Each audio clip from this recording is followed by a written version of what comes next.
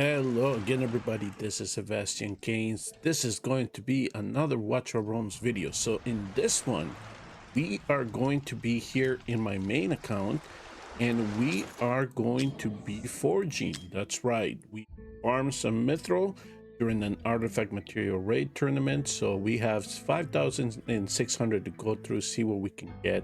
But more importantly is that we are now with 600 of the Gleaming Meteorites that give us the opportunity to get some exclusives. And of course, for my account, I'm looking for some of them.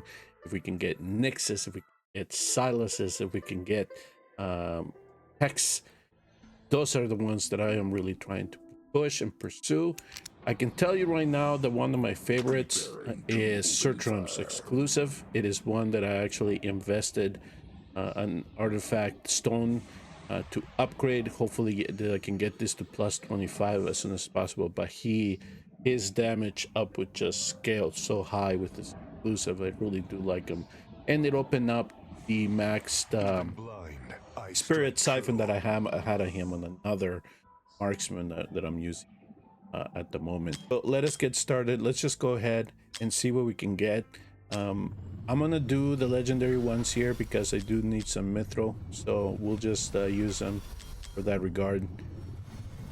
Anything I can sell is mithril for us to do. So here's another spirit siphon, so at least we got one mythic out of it. So a lot of it's just gonna be a lot of legendaries. I'm assuming a lot of epics that can sort through and sell really quick. Okay, so now let's get to the main event, which were the flawless meteorites, because we want to see as many mythic artifacts as possible. I will tell you which ones I'm possibly going to use. So for me, yes, I'm only concentrating on mythical artifacts. The euphoric orb will probably be one that I can probably finish a second one, then that'll be it for that. I don't think I need more than one. Wailing Skull is always a good one to have. I never sell these. I only use them for upgrading, and the more you have, the merrier. I mean, there are several fighters that benefit from this a lot more than all the other artifacts that we have, except for, you know, like Realm Tear. It comes in very handy. So those are the kind of artifacts that I keep. Let's go with another 10 here, and okay, so the golden scarab, yep, that's a welcome one. If I can get one, I think in this account I need to get mine to 25 or start a second one. Either way, everything else is sellable. I already have a horn and I have 2 idol gases already at 25, so that is done. And of course then another euphoric orb. If I have enough to upgrade a second one, that's when I'm gonna consider start selling that one now. Okay, here another euphoric. It must be a euphoric orb type of knight, so I'm gonna keep getting that one. And Reaper's Emblem.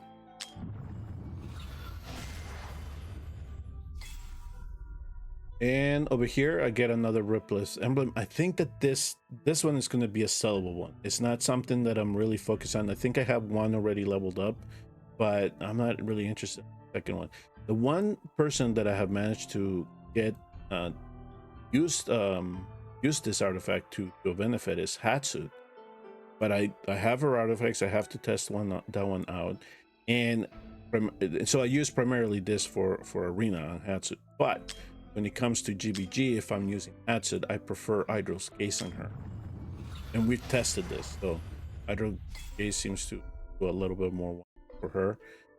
In terms of the healing artifact, the Elysian Epitaph, it's not something that I use very often, but I have now started to use it for the Immortal Codex Titan, and at least give it on healer the benefits from the healing effect. I have Gwendolyn in the account. Her shields get a little bit bigger with this one, so it's definitely worth one at least upgrade, and that's what I'm wondering. Everything else here is mithril for me. Okay, let's get another set. And everything is going to be sellable here, and most likely we're going to sell it. So getting some mythics is just, I would prefer to get some other. Okay, so another Realm Tear, that's perfect. I can upgrade the second one that I have. Regal's Crest is not one that I use very often. I have not upgraded one to 25. I don't even think that I have upgraded one to 10. Just receiving extra healing from this. There probably be a couple of tanks that would benefit from this, you know, like Mariel and Constance, but it's not something that I'm rushing to try to get. So right now I only have 6 in the account, and that's all I need right now. Scarlet Hunt, unfortunately, I do have enough of them already, and there aren't many lead champions.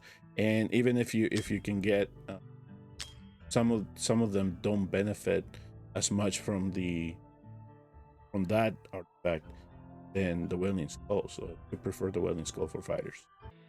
Let's do another 10. Let's see what we can get. Hopefully we'll get some good here. And oh, I always work on Tear of Twilight. You can never have enough of this. As of right now, the game, this is what works best in mages. I will take this. If you're building, even a Shamir, if you're building for damage, Tear of Twilight, that's the one that works for him. Now, if you wanted to and take advantage of his drowning water, you could try the Tidal Ring. But if you're going for damage, Tear of Twilight. Ajax, you can actually, depending on the circumstances, you could go with the ring, or you could do this one. If you're lacking Tear of Twilight, you can go the ring. But if you have extra ones, then you just go with this one. This is not one that I use very often as well. It says it increases damage permanently on some tanks, but how many tanks do true damage? The only one that I could see possibly benefit from this, maybe Captain Reeve, but I haven't really. Yeah, and most of the time you want the extra block from your defenders, and then a Ripple's emblem here. So I think that right now, based on my account, everything is sellable except for the Tear of Twilight. Okay, so I think we got a couple of pulls left here. So it's a Ripper Emblems Knight. It certainly looks that way. Goddess Grace. Yes, I do like this artifact. So in Forerunners, if I don't have to block a lot of units, I do use it in heroes like Trusk, or any type of hero that builds defense or scales of defense. Something that but that is depending on whether I need them to block or not, or just heavy units at them. I've already talked to you about Bloodlust, the Scarlet Hunt, and the Resemblance. So all of these is sellable, except for the Goddess Grace, I think, as it stands right now. I'll have to check when I sell stuff. And so here, everything is sellable. The IO Sin increases the AoE damage of some heroes. You really have to skill upgrade this to see the scaling up.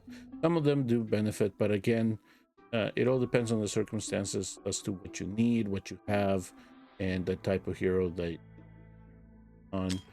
The Tome of Horror. So I've heard primarily from players that have been playing for a while that this type of artifact really works well in any type of setting where the hero mage slows people down. You know, if you're getting some rage regen from it, so gaining 25% rage regen. So this is something for like Shamir, let's say.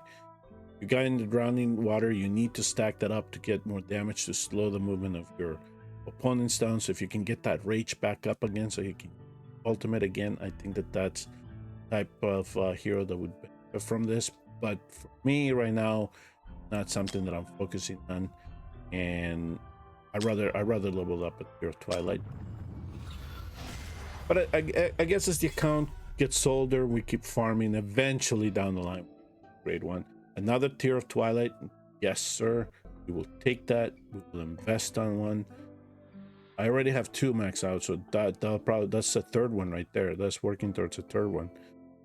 The Tuning Crystal, this is all about landing basic attacks, and then you deal physical damage. But again, that's a tank, so you have to use it in situations where you're going to need your tank to do some damage, and that you're not going to have too many swarms coming out for. I can see something like this benefiting a tank that you put right in front of a true tank. So somebody like Kirith is something I can think about testing this out. So, or when I place Torador behind a tank, that could be another one.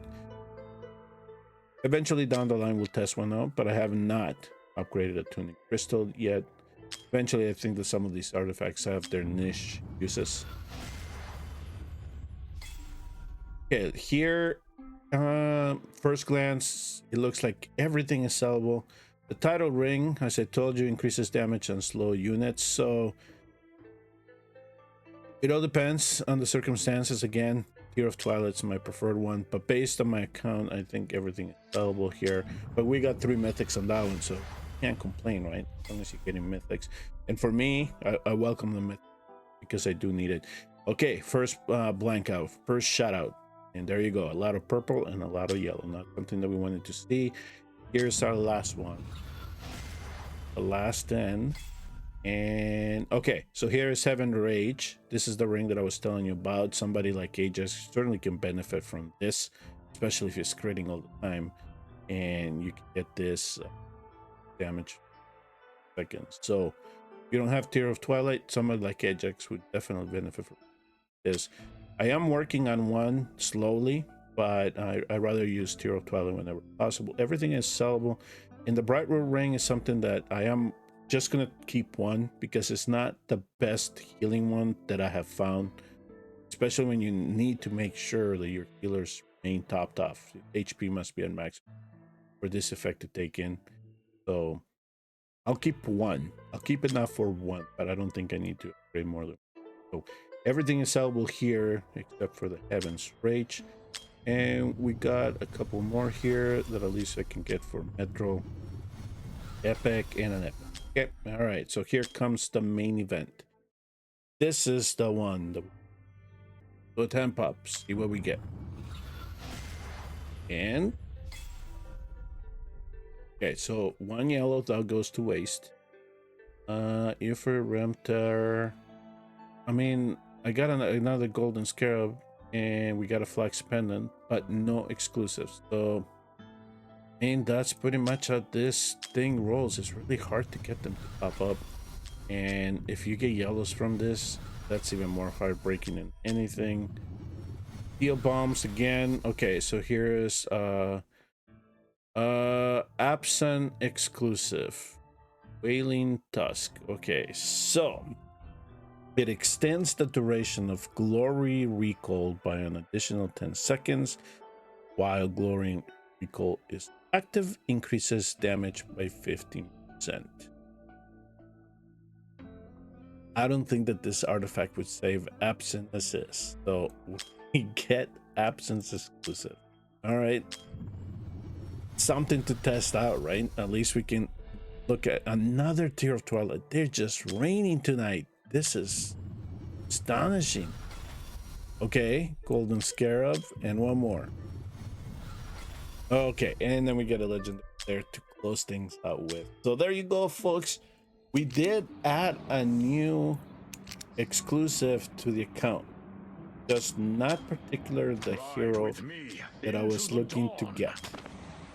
So we'll test this out. We'll see if it does anything at its current level, just to give it to see if, you know, it does anything to increase the damage. Compare it to something like Realm Tear at 1 to 10. That's why I keep some of these unleveled, just so I can tell. And then we'll figure out how that they do when they scale. But absent heroes that need to be buffed. Let's just put them on the right. All right, folks, that'll do it for this video. Thank you very much for tuning in and watching. I would like to thank you for your support. See you all next Watch Your Rooms.